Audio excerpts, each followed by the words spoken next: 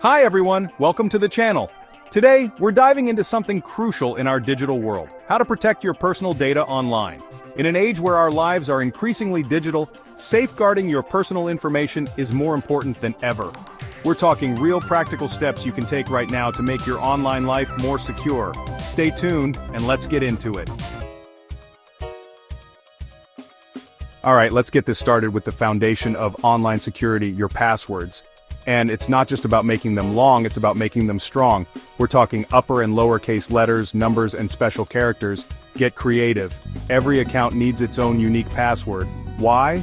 Because if one gets compromised, you don't want a domino effect taking down everything else. Now I know what you're thinking. How am I supposed to remember all those crazy passwords?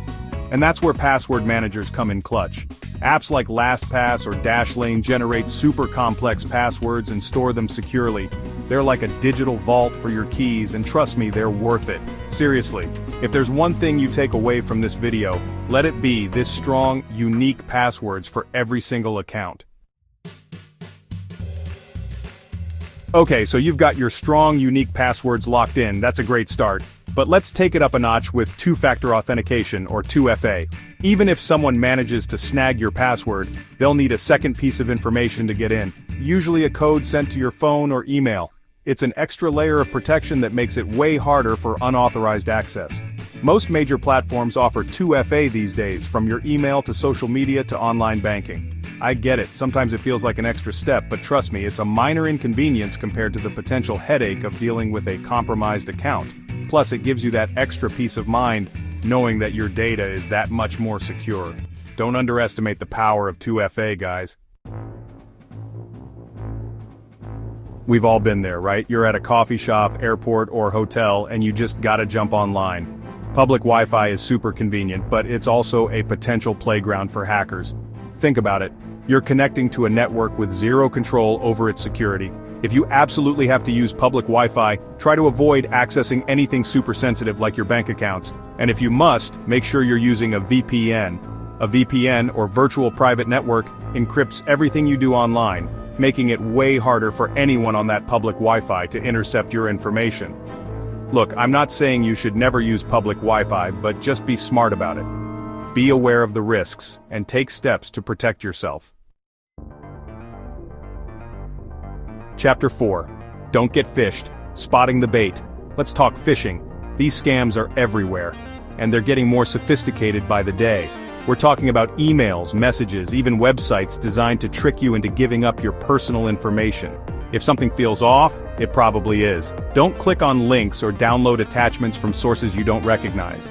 Phishers can mimic logos, email addresses, even entire websites to make you think you're dealing with the real deal.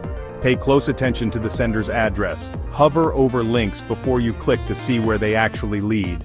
Remember, legitimate companies and organizations are never going to ask for your passwords or sensitive information over email or text. Stay vigilant, guys. Phishing scams prey on our trust and our desire for convenience.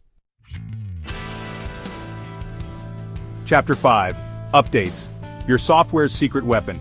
I know software updates can be annoying, but those updates often contain crucial security patches.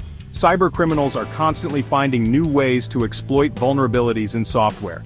Software updates reinforce those weaknesses, making it much harder for them to break in. This goes for everything. Your operating system, your apps, your antivirus, keep them all up to date. Most devices and software these days have automatic updates for a reason. Don't ignore them. It's a simple step, but it makes a world of difference in keeping your data secure. Chapter 6. HTTPS, the green light for secure browsing. Not all websites are created equal when it comes to security. Before you enter any sensitive information, check the URL bar. See that little padlock icon and the HTTPS at the beginning. That's what you want to see. HTTPS means that the connection between your browser and the website is encrypted. Encryption scrambles your data into an unreadable code, so even if someone intercepts it, they can't make sense of it. If a website doesn't have HTTPS, especially if you're about to enter personal or financial information, proceed with caution. Look for that green light, guys. It's a simple but crucial indicator that a website takes your security seriously. Chapter 7. App permissions. Know what you're giving access to. We live in a world of apps. They make our lives easier, more entertaining, and more connected. But have you ever stopped to think about what kind of access you're giving them to your device and your data? When you download an app, it often asks for permission to access things like your camera, microphone, contacts, location, and more. Don't just blindly hit allow on every permission request. Take a moment to think about whether the app actually needs that access to work the way it's supposed to. Most devices allow you to review and manage app permissions in your settings. Go through them periodically, and revoke access to anything that seems unnecessary or suspicious. Remember, you're in control of your data. Don't be afraid to question why an app needs access to certain information. Outro: stay safe, stay secure. That's it for today's video on how to protect your personal data online. We covered a lot, but the key takeaway is this: your online security is in your hands. By taking these steps, from creating strong passwords to being mindful of public Wi-Fi and app permissions, you're taking control of your personal information. If you found this video helpful, hit that thumbs up button and subscribe to the channel for more tech tips and tutorials. Thanks for watching, and I'll see you in the next one.